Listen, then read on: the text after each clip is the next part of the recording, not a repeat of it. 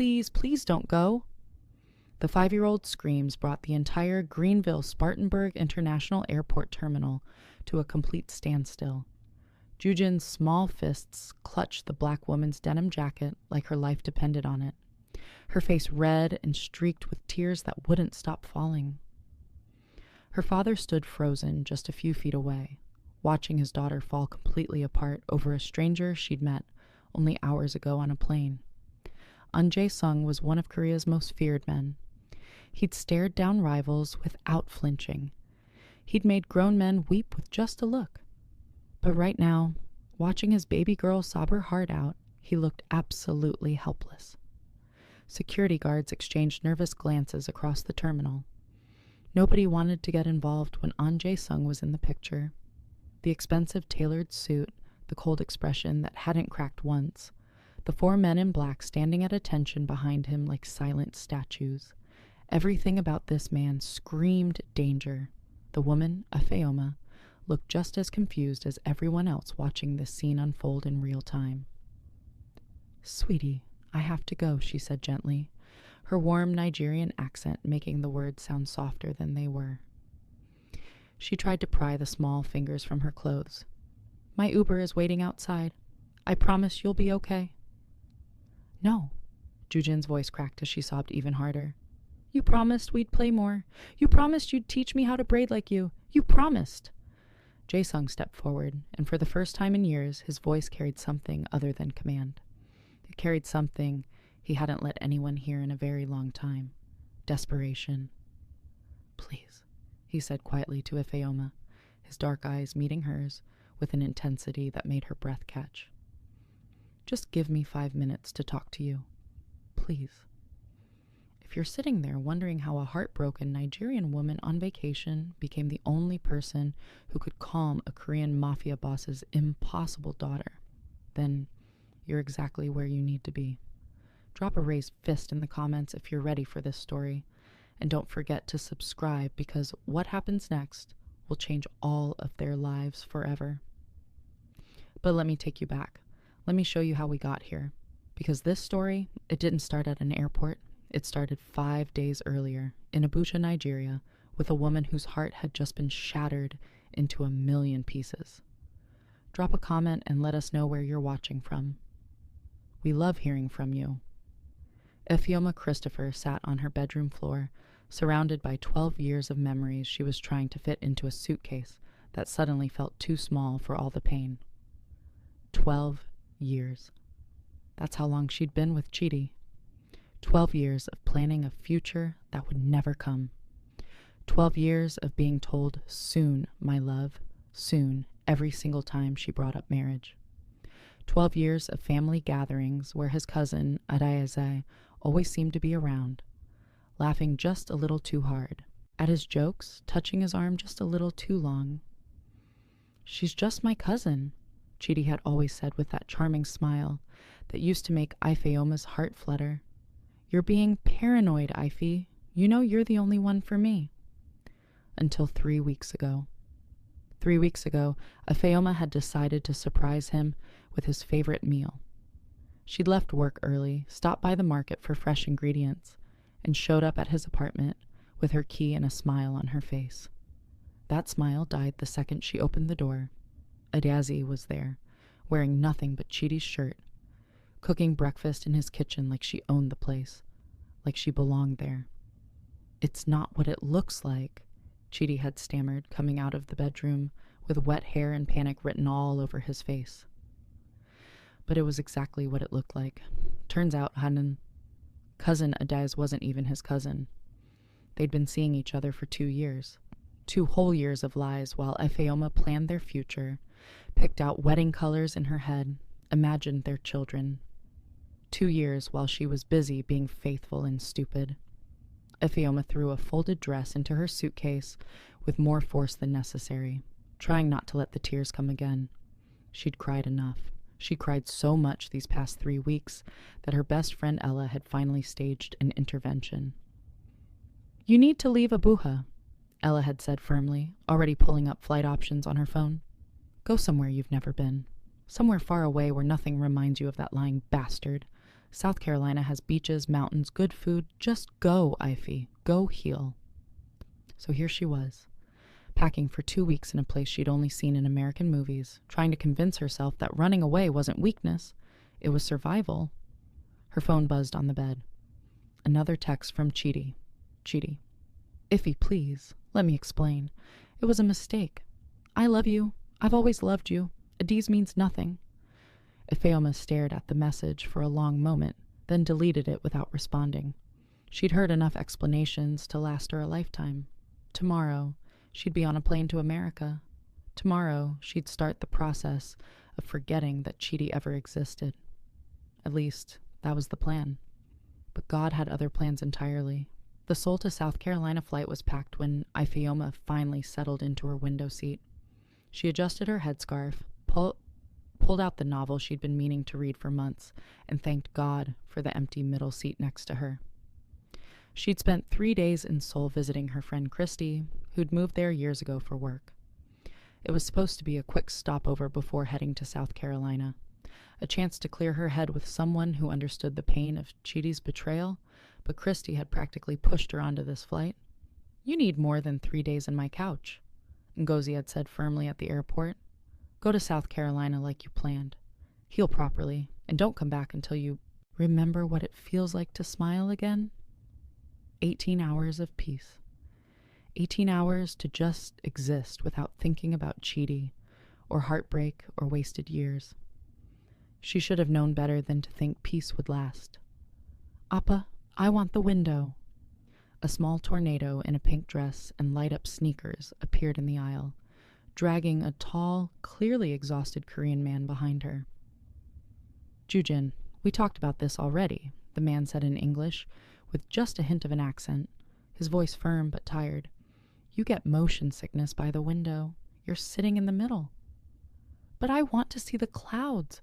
The little girl's voice was pure determination. "You'll see them just fine from the middle seat." Ju-Jin's lower lip trembled like someone had just told her Christmas was canceled. "That's not the same, and you know it, Appa." Ifeoma bit back a smile despite her determination to stay in her bubble of isolation. The little girl reminded her so much of her niece back home. "Excuse me," the man said, his dark eyes meeting Ifeoma's briefly. Polite, but guarded. "May we get past?" "Of course." Ifeoma stood up to let them through, catching a whiff of expensive cologne as the man passed. He lifted his daughter into the middle seat with the kind of practiced ease that comes from doing something 1,000 times before, then folded his tall frame into the aisle seat. Everything about him screamed money and control. The perfectly tailored dark slacks, the crisp white shirt with the sleeves rolled up just so, the watch on his wrist that probably cost more than a mountain. Everything except the Hello Kitty backpack he was trying to stuff under the seat in front of him. Ju-Jin immediately started kicking her feet, making her light-up shoes flash pink and purple in a rhythm that probably would have annoyed most people. She stared openly at Ifeoma with the kind of shameless curiosity only children can get away with. "Your hair is pretty," Ju-Jin announced suddenly. "Ju-Jin," her father warned, not looking up from his phone. "Don't bother the lady." "I'm not bothering. I'm complimenting." Ju-Jin turned back to Ifeoma with wide, earnest eyes. "It really is pretty, like a princess crown." Ifeoma touched her braided updo self-consciously. She'd spent 3 hours in the salon getting it done, trying to do something nice for herself before this trip. "Thank you, sweetheart. Your shoes are very pretty, too." Ju-Jin's entire face lit up like she'd just won the lottery. She immediately stuck her foot straight up in the air to show off the flashing lights. "They're brand new. Appa bought them for me because my old nanny said I was being bad. But I wasn't being bad at all. She just didn't understand that I don't like strawberry yogurt, I like banana yogurt, and she kept giving me strawberry even though I told her like 100 times, and then she got mad when I wouldn't eat it. But how is that my fault when I told her?" "Ju-Jin." The father's voice was gentle but carried clear authority. "Breathe, baby." The little girl took an exaggerated breath that made her whole body puff up, then grinned at Ifeoma like they were sharing the world's best secret. Her father met Ifeoma's eyes over Ju-Jin's head with an expression that clearly said, "I'm so sorry, and this is my entire life all at once."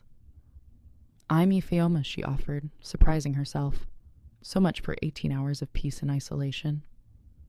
"Ahn Jae-Sung," the man replied with a slight nod that somehow managed to be both polite and distant, then gesturing to the bouncing ball of energy beside him. "And this is Ju-Jin, who has apparently forgotten every single manner we practiced before this flight." "I have manners," Ju-Jin protested with all the indignation a 5-year-old could muster. "I said her hair was pretty. That's good manners." Ifeoma couldn't help it. She laughed. A real genuine laugh that came from somewhere deep in her chest, the first one she'd managed in 3 weeks. "Well, I think you have excellent manners, Ju-Jin." The little girl absolutely beamed. Jae-Sung's expression softened just slightly, something like relief flickering across his features before that controlled mask settled back into place. "Thank you for your patience. It's been a very long day." "Long week," Ifeoma corrected with a knowing smile that held more truth than she meant to share. Something passed between them in that brief moment. Two tired people at the absolute end of their ropes, just trying to make it through a long flight without falling apart.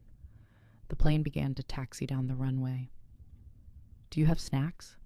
Ju-Jin asked suddenly, leaning toward Ifeoma with hopeful eyes. "Ju-Jin," her father's voice carried a warning edge. "What?" "It's just a question." Ju-Jin gestured dramatically at her father. "Appa only packed boring snacks." "Seaweed and crackers. That's so boring." Ifeoma bit back another laugh. "Well, I might have some chin-chin in my bag. Have you ever had chin-chin before?" Ju-Jin's eyes went absolutely huge. "What's chin-chin? Is it candy?" "It's a Nigerian snack. Crunchy, a little bit sweet, very good. Want to try some?" The little girl nodded so enthusiastically, her pigtails bounced up and down. Jae-Sung opened his mouth, probably to protest politely, but Ifeoma was already reaching into her carry-on bag. Her mother had insisted she pack some, saying, "You never know when you'll want a taste of home." Ifeoma hadn't had the heart to tell her that she was trying to get away from everything that felt like home. She pulled out a small Ziploc bag filled with the golden brown fried dough pieces and held it out. "Just a little bit," Jae-Sung said quietly, his eyes meeting hers. "She hasn't had dinner yet." "Just a little bit," Ifeoma agreed, handing Ju-Jin exactly 2 small pieces. The girl popped one in her mouth immediately, chewed thoughtfully for a moment, and then her entire face transformed with pure joy. "Appa, Appa, you have to try this. It's so good." She thrust the second piece toward her father. "It's crunchy and sweet, and it tastes like happy." For the first time since sitting down, Jae-Sung smiled. Just a small one. Barely there, but it completely changed his face. Made him look younger, less burdened, almost approachable. "Maybe later, princess. You eat it." Ju-Jin turned back to Ifeoma with eyes full of hope and determination. "Can I please have more? I'll share something with you. I have gummies in my bag. They're strawberry, but I'll give them to you anyway because you're being so nice." "Ju-Jin, you can't just ask people for their food." "It's really okay," Ifeoma interrupted gently, meeting Jae-Sung's eyes. She saw exhaustion there, the kind of bone-deep tiredness that comes from carrying too much for too long. "Honestly, it's a very long flight. We might as well be friends, right?" Jae-Sung studied her face for a long moment, like he was trying to figure out whether she was being genuine or just polite. Whatever he saw there must have satisfied him because he nodded slowly. "Thank you. Truly." And just like that, Ifeoma's plan for 18 hours of peaceful isolation died a quiet death. 3 hours into the flight, Ju-Jin had talked Ifeoma's ear off about absolutely everything under the sun. Her favorite color was purple, but only light purple, not dark purple, because dark purple was too serious. Her least favorite food in the entire world was strawberry yogurt, obviously, because it was slimy and pink, and why would anyone want to eat something slimy? Her last nanny had quit because She said I asked too many questions. But Ifeoma, how else am I supposed to learn things if I don't ask? And her appa was the best appa in the whole entire world, even though he was too serious sometimes, and he needs to smile more. Jae-Sung had dozed off in the aisle seat about an hour ago, his head tilted back against the headrest, finally looking less like a man carrying the weight of the world on his shoulders. "Is your appa sleeping?" Ifeoma whispered, glancing over. Ju-Jin looked at her father, then nodded solemnly. "He doesn't sleep very much. He has important business." She said important business in a very grown-up voice, clearly mimicking something she'd heard before. "What kind of business does he do?" Ju-Jin shrugged her small shoulders. "I don't really know. Grown-up stuff, boring stuff with meetings and phones that ring all the time." She brightened suddenly, reaching into her Hello Kitty backpack. "Do you want to color with me? I have a whole book." "I would absolutely love to color with you." They colored in comfortable silence for a while. Ju-Jin made the sky bright purple and the grass orange, and Ifeoma carefully stayed inside the lines of a butterfly, wondering when she'd stopped letting herself be creative like this. "Ifeoma? Do you have a little girl?" The question hit Ifeoma right in the chest, stealing her breath for a second. She'd imagined it once upon a time. Children, with Chidi. A daughter with his smile, a son with her stubborn chin. A whole future that turned out to be built on lies. "No, sweetheart, I don't have any children. Do you want one?" Ifeoma's throat felt tight. "Maybe someday." Ju-Jin studied her with those serious dark eyes that seemed too wise for a 5-year-old. "I think you'd be a really good mom. You're nice, and you share your snacks without making a big deal about it. And you don't get mad when I color the sky purple instead of blue." "Thank you, Ju-Jin. That's one of the sweetest things anyone has ever said to me." The little girl went back to her coloring, but after a moment, she added very quietly, almost like she didn't want to say it out loud, "My mom didn't want me." Ifeoma's heart cracked right down the middle. "Oh, sweetheart." "It's okay," Ju-Jin said quickly, still not looking up from her coloring book. Her little hand moved the crayon back and forth with more force than necessary. "Appa told me she just wasn't ready to be a mom. Some people aren't ready, but Appa wanted me. He says I'm his best thing in the whole world." Ifeoma reached over and gently squeezed Ju-Jin's small hand. "Your Appa is absolutely right. You are definitely the best thing." Ju-Jin looked up then, and her eyes were shining with unshed tears that she was clearly fighting hard to keep from falling. Then, without any warning at all, she leaned her head against Ifeoma's shoulder. "You smell nice," she whispered, "like flowers and cookies mixed together."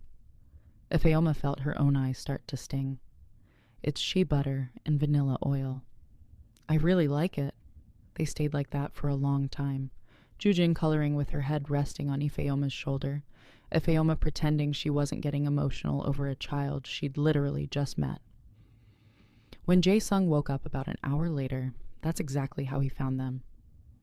His impossible daughter, the one who'd run off 7 nannies in 2 years, was nestled comfortably against a complete stranger.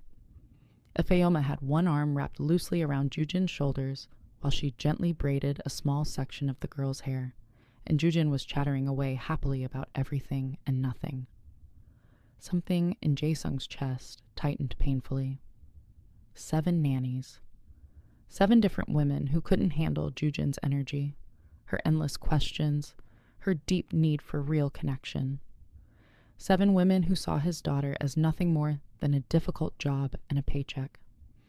And here was this stranger on a plane, treating Ju-Jin with the kind of gentle, patient attention he'd almost forgotten existed in the world. "Appa, look!" Ju-Jin noticed he was awake and sat up excitedly. "Ifeoma is teaching me how to braid, and we colored a whole picture together. And she let me try her lotion, and it smells amazing, Appa. You have to smell it." Jae-Sung met Ifeoma's eyes over his daughter's head, and something unspoken passed between them. "Thank you," he said quietly, and somehow those 2 simple words carried the weight of everything he couldn't say. "She's absolutely wonderful." Ifeoma replied, and she meant every single word. Ju-Jin beamed, soaking up the praise like flowers soaking up sunlight. Comment, chin chin, if you're already loving the bond between these three. And listen, if you haven't subscribed to this channel yet, what are you even waiting for? Hit that subscribe button right now because this flight is just the beginning. And I promise you, things are about to get very, very complicated at that airport. Keep watching. 14 hours later, when the plane finally touched down at Greenville-Spartanburg International Airport, Ifeoma's entire body ached. Her back hurt. Her eyes felt gritty from the recycled air, and she was ready to collapse into her Airbnb bed for approximately the next 12 hours. But she'd also just experienced the best flight of her entire life. Ju-Jin had fallen asleep on her shoulder somewhere over the Atlantic Ocean, her small body warm and trusting in a way that made Ifeoma's heart hurt. Jae-Sung had carefully draped his expensive suit jacket over his daughter like a blanket, and Ifeoma had caught him watching them with an expression she couldn't quite read. Something soft, something almost like longing. They'd talked too during the quiet hours when Ju-Jin finally wore herself out completely. Nothing too deep or too personal. Just safe topics that strangers on planes talk about.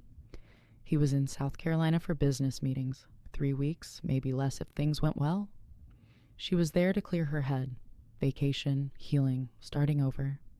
Neither of them mentioned what they were running from, but Ifeoma had a strong feeling they both had ghosts chasing them. Now they stood together in the baggage claim area, watching the carousel go round and round, and reality was settling back in like unwanted fog. Well, Ifeoma said, adjusting her carry-on bag on her shoulder, it was really lovely meeting you both. Truly. No. Ju-Jin's shriek was so loud and so sudden that it turned heads all across the terminal. The little girl latched onto Ifeoma's leg like her life depended on it, her face already starting to crumple in that way that meant tears were approximately 3 seconds away. You can't go. You can't. You didn't finish teaching me the braid, and we were going to talk more. You said we could be friends. You promised. Ju-Jin, Jae-Sung's voice was strained in a way Ifeoma hadn't heard before. We talked about this, remember? Ifeoma has her own plans. We can't. But I don't want her to go. The tears were falling now, fast and furious. Full meltdown mode activated. She's my friend. She's nice to me. Why does everyone always leave? Oh, God. Ifeoma felt her heart absolutely shatter into pieces. She knelt down, trying to gently pry those small, desperate hands from around her jeans. Sweetheart, listen to me. I'm not leaving forever. I'm just going to my place. But maybe we can... No, I want you to come with us. Please, Ifeoma, please. Ju-Jin was screaming now, and people were definitely staring. I don't want another nanny who's going to leave. I don't want to be alone. I want you. Security guards were starting to take notice. One of them took a step forward, then seemed to think better of it when he got a good look at Jae-Sung's face. Jae-Sung looked like he desperately wanted the ground to open up and swallow him whole. Ju-Jin, you're making a scene, he said quietly in Korean, then switched back to English. His voice was tight with embarrassment and something that sounded like pain. Miss Ifeoma has her own life. We can't just ask her to... I don't care about making a scene. Ju-Jin was full on screaming now, her voice echoing off the terminal walls. I want her to stay with us. Everyone always leaves and I'm so tired of it. Ifeoma felt tears burning behind her own eyes. This wasn't really about her. She understood that. This was about a little girl who'd been abandoned by her mother, who'd watched nanny after nanny walk out the door, who'd learned way too young that people don't stay. She looked up at Jae-Sung helplessly, not knowing what to do or say. He looked back at her, and the expression on his face broke something deep in Ifeoma's chest. Desperation. Pure, raw desperation. Exhaustion. And underneath all of that, buried but still visible, was the faintest spark of hope. Fragile and terrified, but there. I know this is completely insane, he said very quietly, barely audible over Ju-Jin's sobs. I know you don't know us. I know we're basically strangers, but... He swallowed hard and Ifeoma watched his throat work. Could I at least buy you a cup of coffee? Just 30 minutes. Please. Let me try to explain before you walk away. Ifeoma knew what she should do. She knew exactly what the smart, logical choice was. She should say, thank you, but no. She should collect her luggage, get in her Uber, and head to her peaceful Airbnb.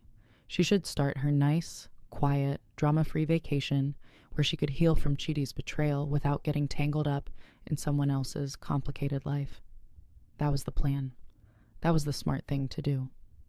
But Ju-Jin was crying into her jacket like her heart was breaking, and Jae-Sung was looking at her like she held the answer to a prayer he hadn't even known he was praying.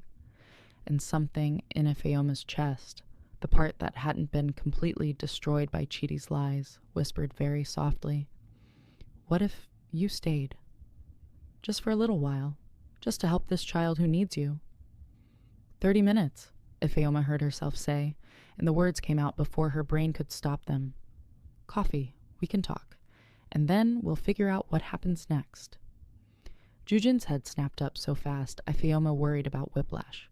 Hope blazed across her tear-stained face like sunrise. You'll stay? Really? Just for coffee, sweetheart. Just to talk. But Ju-Jin was already smiling like she'd just been handed the moon and the stars and every good thing in the universe. She threw her arms around Ifeoma's neck and held on tight.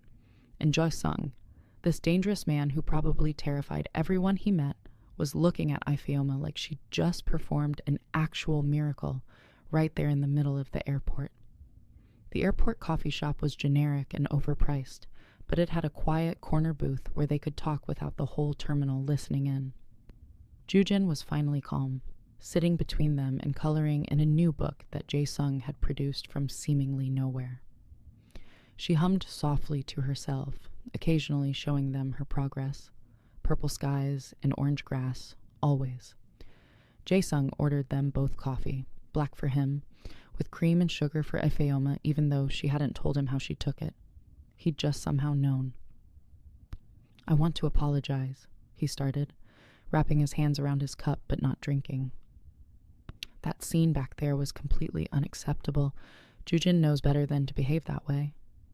She's 5 years old and she's hurting, Ifeoma said gently. That wasn't bad behavior. That was pain. Something flickered across Jae-Sung's face. Surprise, maybe. Or relief that someone understood. Her mother left us when Ju-Jin was 3 months old, he said quietly, staring down at his coffee. Gave birth, stayed for 12 weeks, then walked out one morning and never came back.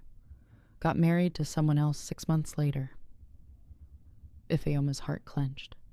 I'm so sorry. She said she never wanted to be a mother, that she only went through with the pregnancy because I asked her to, but she couldn't do it. Couldn't love a child she never wanted in the first place. Jae-Sung's jaw tightened. I've done my best. Tried to be both parents. But Ju-Jin needs more than I can give her. She needs consistency, stability, someone who won't disappear. The nannies, Ifeoma prompted softly. 7 in 2 years. Jae-Sung finally looked up, meeting her eyes. They all leave. Some last 3 months, some last 3 weeks. The longest one made it 6 months before she said Ju-Jin was too difficult, too demanding, asked too many questions. His voice hardened. My daughter isn't difficult. She's lonely. She's desperate for someone to actually see her, not just tolerate her for a paycheck. Ifeoma thought about Ju-Jin on the plane, the way she'd lit up with just a little bit of genuine attention and kindness. What exactly are you asking me? She said carefully. Jae-Sung took a breath. When he spoke again, his voice was measured, like he was presenting a business proposal instead of something that would change all of their lives. I'm in South Carolina for 3 weeks, maybe less if my meetings finish early. I brought Ju-Jin with me because I had no choice. The last nanny quit 2 days before we left, and I couldn't find anyone on such short notice. He paused. I saw the way my daughter responded to you on that plane. I've never seen her that comfortable with a stranger. Ever. So you want me to be her nanny for 3 weeks? I want to pay you to spend time with her. Call it whatever you want. Nanny, babysitter, friend. I don't care about titles. His eyes were intense, completely focused on her. I'll pay you well. Very well. You'll stay in our temporary residence here. Your own room, obviously. All expenses covered. And when the 3 weeks are done, we go back to Korea and you go back to your life. Clean. Simple. Temporary. It wasn't clean or simple, and they both knew it. Why me? Ifeoma asked. You don't know anything about me. I could be anyone. A ghost of a smile touched Jae-Sung's lips. You shared your snacks with a strange child on a plane. You let her color with you and sleep on your shoulder. You braided her hair without being asked. You treated her like she mattered. He leaned forward slightly. Do you know how rare that is? How most people look at Ju-Jin and see a burden, an inconvenience, a problem to manage? Ifeoma looked down at the little girl between them, happily coloring away, and felt something twist in her chest. I came here to get away from complications, she said honestly. To heal, to be alone. I understand, and if you say no, I won't push. We'll finish our coffee and you'll never see us again. Ju-Jin's hand stilled on her crayon. She wasn't looking up, but Ifeoma could tell she was listening to every single word. But if you say yes, Jae-Sung continued quietly, you'll be helping a little girl who desperately needs someone to stay. Just for 3 weeks. That's all I'm asking. Ifeoma closed her eyes. She could feel the weight of the decision pressing down on her. This was a bad idea. She knew it was a bad idea. She'd come to South Carolina to escape emotional entanglement, not dive headfirst into someone else's family drama. But then she felt a small hand slip into hers under the table. She opened her eyes and looked down.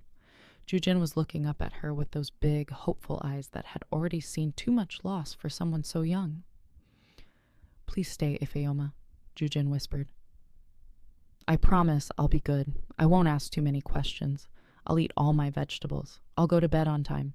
I'll be so good if you just please stay.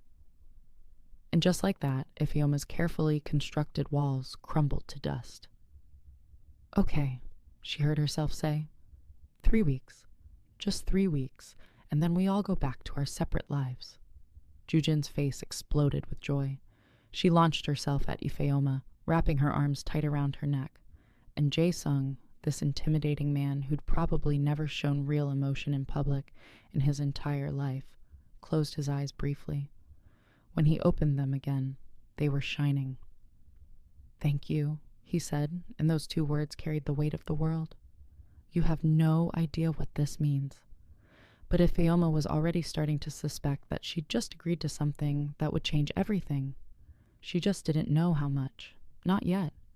If you're sitting there, yelling at your screen right now, drop stay in the comments if you think Ifeoma made the right choice. Or run if you think she should have gotten in that Uber and never looked back. And smash that like button because you know this is about to get complicated. The house Jae-Sung was renting for his stay in South Carolina was absolutely ridiculous.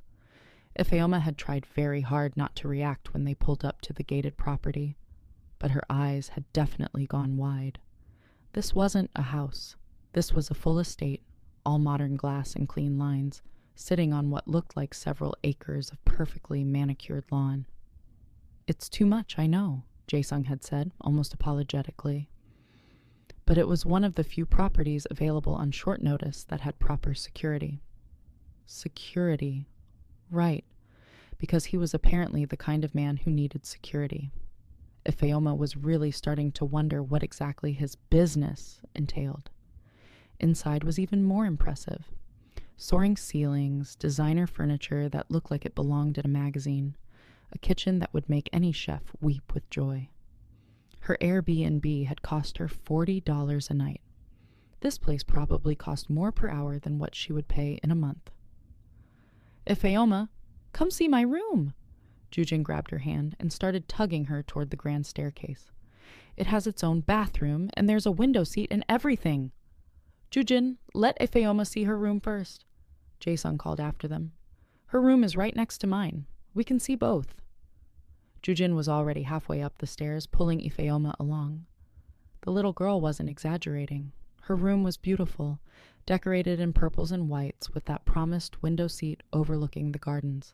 And right next door was Ifeoma's room, equally beautiful with soft grays and cream colors, an enormous bed, and an ensuite bathroom that was bigger than her entire bedroom back home.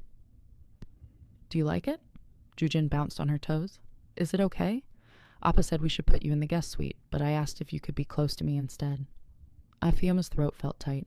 It's perfect, sweetheart. Good. Because now we're basically neighbors and we can have sleepovers and everything. Ju-Jin grabbed her hand again. Come on. I have to show you my stuffed animal collection. I have 47. The afternoon disappeared in a blur. Ju-Jin gave her the complete tour of the house, which took almost an hour because the little girl had a story about absolutely everything. This is where Appa almost spilled his coffee the last we came here. This is the chair I like to read in. This is the bathroom I don't like because the light is too bright. They explored the garden, where Ju-Jin showed her every flower and told her their names in both Korean and English. They played hide and seek, which was hilarious in a house this big. They made a fort out of couch cushions in the living room until Jae-Sung came home from his afternoon meeting and stood in the doorway with the most bewildered expression on his face. It's a castle, Appa, Ju-Jin announced proudly, and we're princesses hiding from the dragon. Jae-Sung looked at Ifeoma, who was sitting cross-legged inside the pillow fort with his daughter, both of them grinning, and something in his expression softened completely. I see. And where is this dragon? You're the dragon, Ju-Jin giggled. But don't worry, you're a nice dragon. You bring us snacks. Ah, in that case. Jae-Sung disappeared into the kitchen and came back with apple slices and peanut butter. He crouched down and passed them through the fort entrance. For the princesses. Thank you, Dragon Appa. Ifeoma watched this interaction, watched the way Jae-Sung's entire face transformed when he looked at his daughter, and felt something warm settle in her chest. Dinner was surprisingly normal. Well, as normal as dinner could be in a house that costs more than most people's yearly salary. They ordered pizza because Ju-Jin requested it, and they ate at the enormous dining table while Ju-Jin chattered about her day. And then we found a ladybug in the garden, and Ifeoma said we should make a wish on it before it flew away, so I did. And you know what I wished for, Appa? What did you wish for, princess? Ju-Jin looked very seriously at both of them. I can't tell you, or it won't come true, but it was a good wish. Bath time was an adventure. Ju-Jin had very specific opinions about bubbles. There needed to be a lot. Water temperature, warm but not too warm, and which toys needed to be in the bath. All of them, apparently. My last nanny said baths should only be 10 minutes, Ju-Jin told Ifeoma while playing with her rubber ducks. But 10 minutes isn't enough time to play and get clean. That's just silly. I think you're absolutely right, Ifeoma agreed, sitting on the bathroom floor and helping her wash her hair. Baths should be fun. You're the best, Ifeoma. I'm so glad Appa found you on the plane. Something about the way she said it, so simple and trusting, made Ifeoma's heart jump. When Ju-Jin was finally clean and dressed in her pajamas, Ifeoma tucked her into bed. The little girl's room had glow in the dark stars on the ceiling and a nightlight shaped like a moon. Will you read me a story? Ju-Jin asked, already snuggling under her covers. Of course. Which book? That one. She pointed to a well-worn book on her nightstand. It's my favorite. Ifeoma read the entire story, doing different voices for all the characters, which made Ju-Jin giggle. When she finished and closed the book, she started to stand up. Ifeoma? Yes, sweetheart? Will you still be here in the morning? The question was asked very quietly, like Ju-Jin was afraid of the answer. Ifeoma's heart broke a little bit more. I promise I'll be here in the morning. And the morning after that? And the morning after that? For 3 whole weeks? For 3 whole weeks. Ju-Jin seemed to think about this very seriously. Then she held out her pinky finger. Pinky promise? Ifeoma linked her pinky with Ju-Jin's tiny one. Pinky promise. The little girl's smile was like sunshine. Okay. Good night, Ifeoma. Good night, sweetheart. Ifeoma turned off the main light, leaving just the moon. Nightlight glowing softly, and quietly left the room. She closed the door behind her and leaned against the hallway wall, letting out a long breath. 3 weeks. She just promised 3 weeks to a little girl who'd already stolen her heart. 3 weeks with a man whose quiet intensity made her forget why she'd sworn off relationships in the first place. What had she gotten herself into? But when she thought about Ju-Jin's smile, about that pinky promise, about the way the little girl had finally stopped crying and started trusting again, Ifeoma knew she'd made the right choice, even if it was just for 3 weeks. Even if it might break her heart all over again when it was time to leave. For now, she was exactly where she needed to be. So Ifeoma made her choice. She's staying. 3 weeks with a Korean mafia boss and his daughter, who desperately needs someone to stay. But here's the question. Can you really keep feelings out of something like this? Can 3 weeks stay just 3 weeks? Drop a raised fist in the comments if you think Ifeoma just made the best decision of her life. Drop danger if you think this is going to get messy. And smash that like button because part 2 is coming and things are about to get real complicated. Find out in part 2, subscribe and turn on notifications so you don't miss it. Drop a comment and let us know where you're watching from. See you soon.